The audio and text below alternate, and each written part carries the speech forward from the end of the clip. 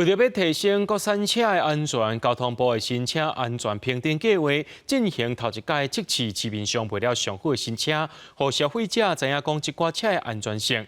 不过，这测验的费用却是真惊人，一种车型的测试就要开1500万。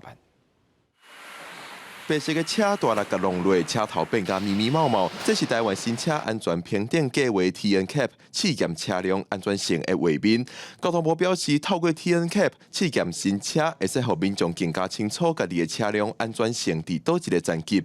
车辆要领牌的话呢，都必须要符合各个国家所定的车辆安全法规。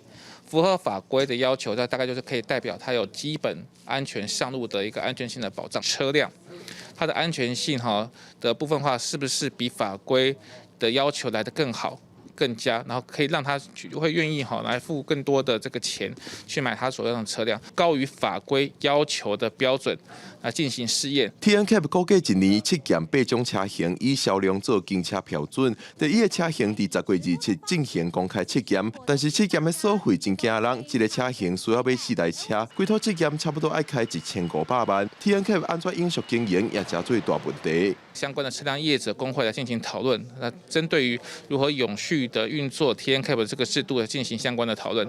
那我们也会希望车辆业者这边能够来。 主动的进行相关自费的平等或者是来提供车辆进行来提供试验。目前测验是由 TNCAP 委托消基会举办做一般的消费者买车，避免车商提供改装车测验。